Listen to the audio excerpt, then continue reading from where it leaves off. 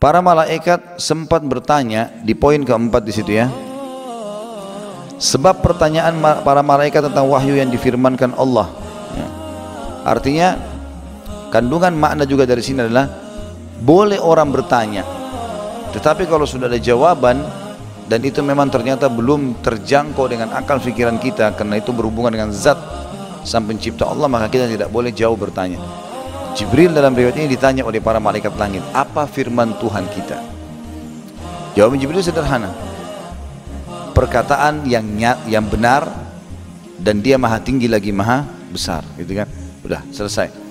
Malaikat-malaikat di langit tidak tanya apa sih isinya, tidak ada.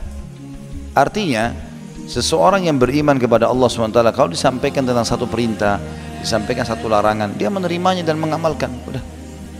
Masalah ada hikmah, tidak ada hikmah, tetap saja dia patuh. Kalau kita mau tunggu ada hikmah sesuai dengan akal kita, kalau tidak ada gimana? Kita nggak kerjain. Saya sudah pernah kasih contoh itu kan. Kenapa Allah ciptakan dua mata begini? Kenapa bukan dua juga di belakang? Supaya kita nggak usah balikin kepala. Ya Allah maunya begitu. Kenapa kuping cuma dua kiri kanan?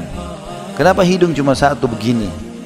Kenapa nggak ada hidung di sini, ada hidung di sini, supaya banyak ciumannya bisa kemana-mana? Kenapa jarinya cuma 5? Kenapa bukan langsung banyak? Atau mungkin satu jari saja? Kuasa Allah SWT. Kita beriman, kita diciptakan oleh Allah, oh ya sudah, ini fungsinya untuk beribadah, ya sudah, selesai, clear. Seperti itu saja. Makin mudah ya. Kalau seseorang, kita punya perusahaan, misalnya contoh, ada pegawai masuk, kita kasih instruksi. Kerja dari jam sekian sampai jam sekian, ini baju tugas dinas kamu, ini pekerjaan kamu, kerjain ini gaji kamu akhir bulan. Baik Pak, dikerjain. Enak gak kira-kira? Nah, kalau ada pegawai, kenapa Pak gajinya cuma begini? Kenapa saya harus pakai baju putih? Kenapa harus di sini kantornya? Keluar saja, tak usah masuk. Ngapain protes banyak? Bisa ditangkap ya? Biasa begitu. Jadi orang beriman itu memang begitu, subhanallah. Dan julukan muslim artinya orang yang menyerahkan diri kepada Allah. Karena kalau kita masuk ke zona itu, protes ini luas sekali. Macam-macam nanti kita protes gitu kan. Kenapa Allah kasih duhur sama asar dua-duanya 4 rakaat di siang hari? Kenapa enggak jam 2 saja sekali 4 rakaat? Gitu kan. Ini sama dengan orang yang masuk kerja di perusahaan, lalu kemudian pimpinan perusahaannya bilang, nanti jam 12 sampai jam 1 istirahat. Dia protes, kenapa jam itu istirahat? Kenapa bukan nanti jam 4 sore?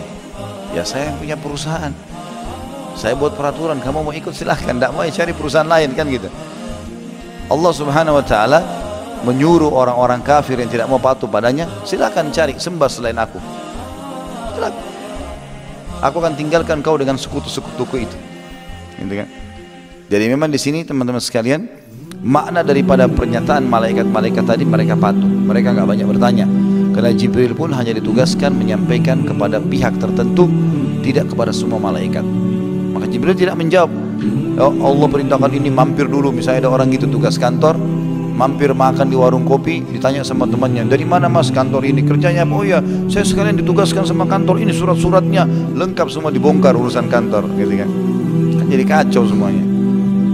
Jibril alaihissalam mengatakan perkataan benar, dan Tuhan kita maha besar dan maha bijaksana. Selesai, dah.